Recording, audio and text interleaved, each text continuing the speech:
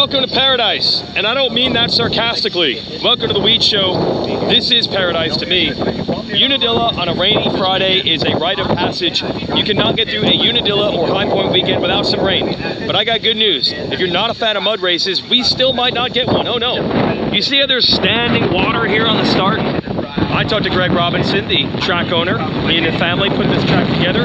They knew this was coming. This is the leftovers of the Hurricane Debbie that worked its way through Florida. Last weekend it made its way all the way up here.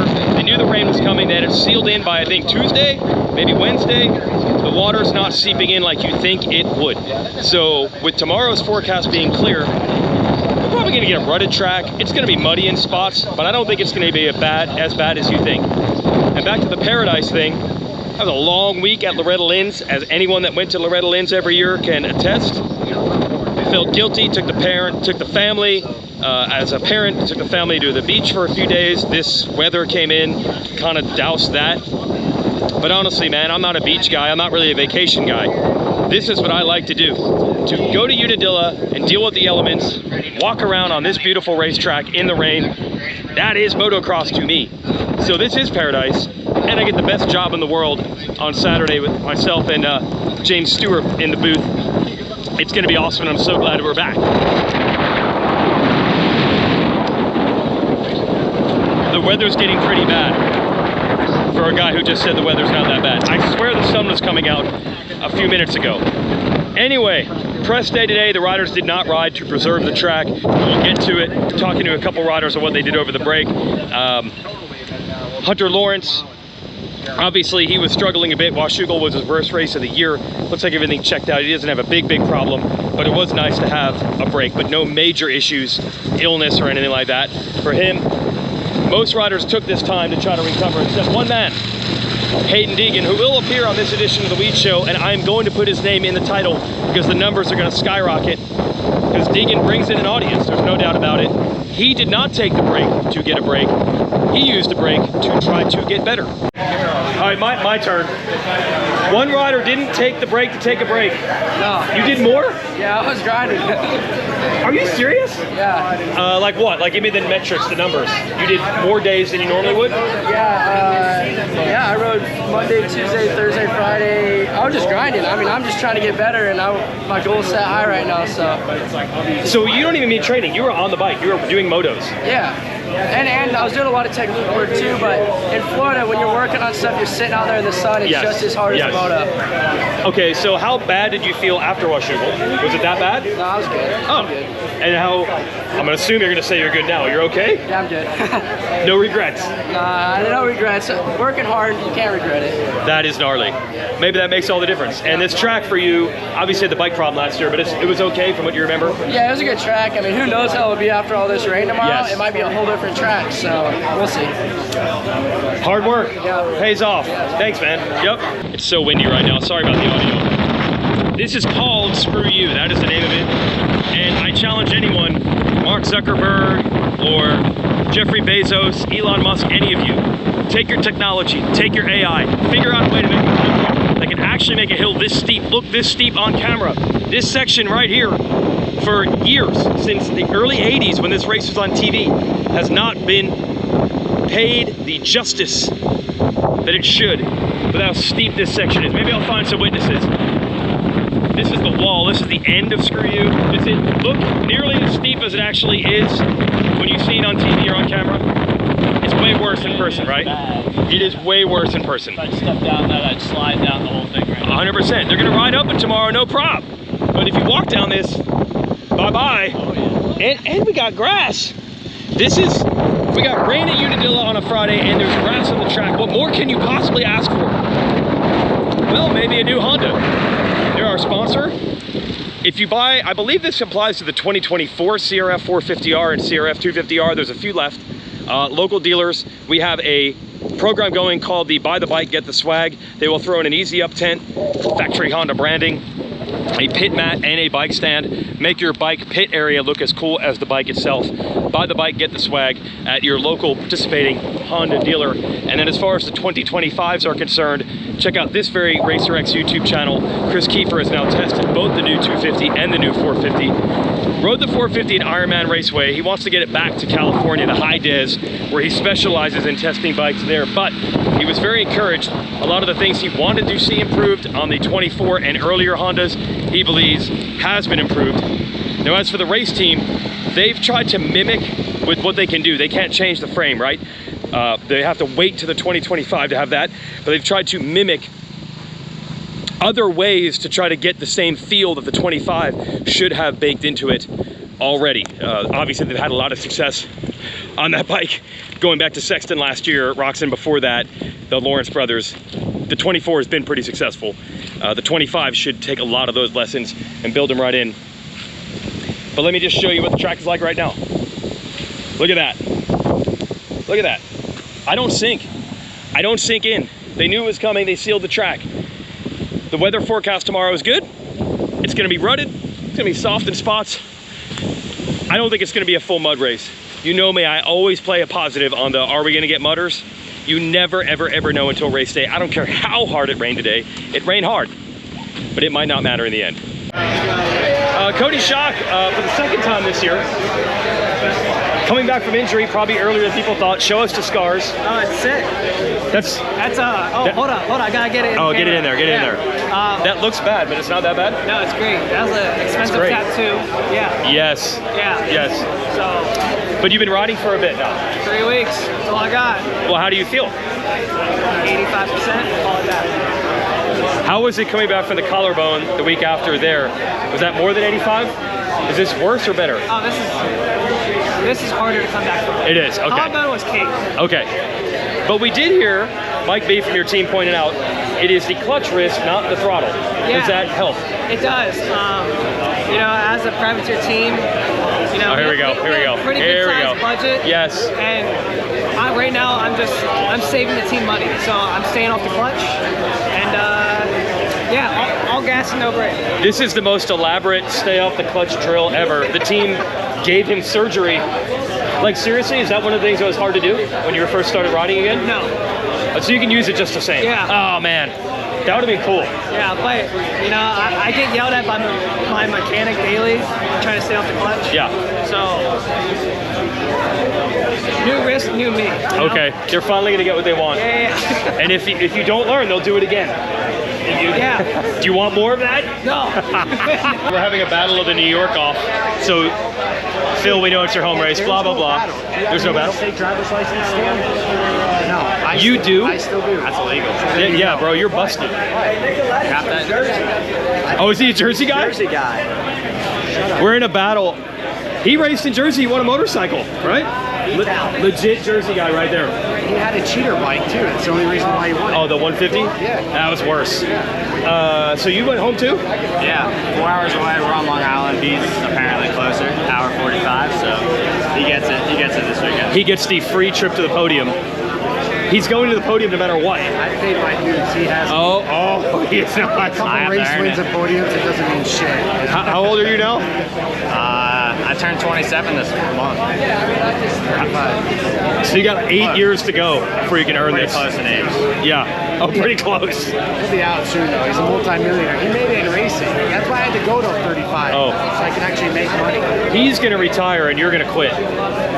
He's going to retire and you're going to quit. He'll retire as a champion. I Yes. retire as a loser. All right, so that's why they got to put him on the podium. They feel bad. Yeah. He doesn't need any sympathy. You're gonna hype the crowd up. Better. No, I want to see you get up on the podium and don't let him come up. Be like, the real New Yorker is here. Yes. Start with Nick Romano. There's no riding today. Nope. So I figured riders aren't going to show up for press day, but you had a reason to. Yeah. You were coming through anyway. Tell me about it. Yeah, I was coming through. I'm from Bayside, so Yeah. I was staying in the city. I went home Wednesday night actually after I rode, and yeah, stayed home for a day, saw the fam, saw a few friends, and yeah, drove up this morning with a buddy of mine and then my mom and dad. So yeah, it's on the way to the town we stay in. I forget what Yeah. it's called. Was it Utica? Utica, probably, yeah. Yeah. Yeah. So yeah, just stop by, look at the track, see how it looks, do some interviews for you guys, and just cruising. So it proves it's a real home race for you because Yeah. you stayed at home Yeah. leading up to it. Yeah. For you, you had all last season basically off. Yeah, whole season. Has this season, now that you're toward the end of it, have you realized this been a rebuild the whole time? Do you feel you where you were 2 years ago? No, not at all. Yeah. No, I came in to 2022 outdoor season as a young rookie. I was 17, which I'm only 19 now, but I was super fired up. I had a lot of amateur success at the end of my amateur career, and I just, did it go off or no? Is it on? You were good. Oh, yeah. It saves battery. Okay. Don't worry, bro. I'm glad you care, though. Yeah, no, I was like, I don't want to mess it up, but yeah, no, I'm nowhere near I was. This year, like, I missed all of last year, and last year was going to be my real rookie season. Yes. So the last year has been a struggle. Like, I got hurt all last year, came back from my knee 7 months later, was on the bike for a month and a half, hurt my shoulder the first day of off season on Supercross. I was off the bike for 2 months, only had 3 weeks before Detroit, the first round of East Coast on Supercross, so that was a struggle. So my mindset, honestly, and my goals were just get through the year. Whatever happens, happens. Everything's meant to be. And so yeah, here we are. Supercross was up and down. I had some good races, some bad races, and same thing for this outdoor season. Like, again, I haven't been to some of these tracks. I want to get good results, obviously, but at the end of the day, I'm trying to take the smarter roads, maybe take the smarter route, and just I don't want to go out and get hurt again. I've been hurt so many times these last few years, and it honestly sucks. Is you don't realize until you're actually hurt how much you lose. So yeah, this outdoor season has been up and down, but I took a nice week off after Washougal. I needed that bad because I've just been climbing up the ladder, trying to get back to where I know I can be and where I've been. So yeah, took a nice week off after Washougal, and just man, I felt really good these last 2 weeks. I've been down there in Claremont riding with Levi and Tom and Kenny, Chase, all those guys. So it's good. I'm excited. I'm ready to go. Hometown race. All right, that was good stuff. How about that? Hayden Deegan, he does not take time off. He keeps hammering. His goals are very high. And, you know, it reminded me of something that's really cool when we come to an old school track like Unadilla, like the tradition. There's Roxon with a bike that needs some graphics on it. By the way, also breaking news that you probably heard about, Shane McElrath no longer on that team. And for the first time in the history of the sport, I believe, a rider went to social media to say, this was not a mutual breakup. He said, my first experience getting fired. I talked to Shane real quick. He had a contract through the end of the year. There were some clauses in there that they were able to use, but these clauses are kind of vague. Like, it didn't have a number on like what's performance. There's always clauses that are vague enough where you could always use them if you wanted to, and that's what they did. That's the bad news for him, but the good news is that the one thing that Suzuki team and McElrath agreed on, he wasn't happy with his results either, and I don't think they were, so they agreed on that. But I think the pathway to getting the results better, they didn't agree on that. Shane's really pumped. He's trying this Mad Parts Cowie team. He does not actually have a deal with them yet for next year. He's going to race these 3 races for them. Mad Parts Kawasaki, that's the team that Freddie Noren races for as well. And he's going to race SMX for that team. He would still like to race WSX. Dude. But he doesn't have a deal with them yet. He's going to try it, see how he feels. Yeah, what are we talking about? Water? Hey, Bakersfield weather right here. Oh, dude.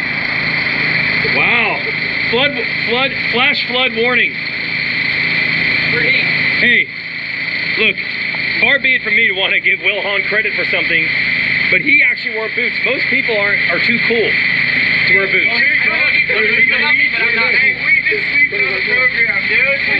Oh my gosh. That couldn't have been timed better. Too cool.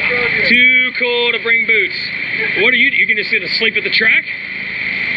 He's stranded. So the riders are stranded. Oh my gosh, that is awesome. Pierce Brown, ladies and gentlemen. Oh my gosh. Bakersfield conditions, bro. Has that been the big turnaround for you though? Like you're riding back at home? Yeah. Haven't your results gotten better? They've gotten better. Is it a coincidence or is there something to this? I mean, I guess you could say it's Bakersfield. Okay. Do you feel different, or is it just working out on weekends, or do you feel better? I actually do feel better. Okay. I think it's just like a routine thing. Yeah. I found out during the week, but Bakersfield. And are you riding to our local, I don't know, cyclists are back to the roots, I guess. That's what I was going to ask. Are these even tracks, or are you like riding in like rough terrain somewhere? So 2 days out of the week, I'll ride like just the hills. Yeah. Just go But ride. probably gnarly stuff, Yeah, right? gnarly stuff, yeah. And then DC1s, which the Timmerman's on. Okay. And then we have like a private club track that I would go and ride. Yes. So. I think there's something to be said out in Cali for riding just gnarly, rugged terrain. I mean, it's not exactly like this, but it's probably closer than some of the actual public tracks are when it comes to just being rough. Yeah. Right? Yeah. Like Yeah. Glen Helen and Paul just develop the same every day. Yes. Where it's hard. So like, Yeah. just to go out and ride some things that are rough and gnarly, natural terrain stuff. Yeah. Like, it's pretty epic. Might be something, but you don't get this. We're on to it. No, we're not. You don't get this. He's stranded here. Unless he puts the bags, will he go with the bags? Oh, he's going for it. He's going for it. Let me put the hood up. All right, that's a nice check in there with the boys. Where was I? McElrath is going to try out with that team. He's going to try the bike, see how it works. Maybe he'll race with them next year. Doesn't have a deal with them for next year yet. Anyway, agree to disagree with him and the HEP team. He's been let go. He's not riding Suzuki's anymore. Roxton's back. This will be Colt Nichols' debut for that team. Anyway, long before that, I was going to make the point. I was like, when you get to the old school tracks like Unadilla, it reminds me of old school motocross. And in these little things, where who are like the stars of the sport right now, right? Motocross is back. Motocross is back. Chase Sexton doing great work, as we know. Hayden Deegan, I think the record shows right now that he's a better, at least this stage in his career, motocross rider than Supercross rider. Supercross probably come around. Did enter Supercross injured this year, but right now his record in motocross is better. I think you could say Jet Lawrence maybe a little bit more dominant in motocross than Supercross. Hunter probably a little bit better in motocross than Supercross. That could all change as these guys get more experience, but it's kind of cool to be still in that era. I mean, I've been hearing for 30 years now that, you know, eventually they're just going to have fewer and fewer motocross races and everybody just cares about Supercross, and that's where the money is. The current generation and future generation stars of this sport, they are not afraid to grind in some gnarly motocross tracks. That's our show, brought to you by Honda, and it's time to dry off.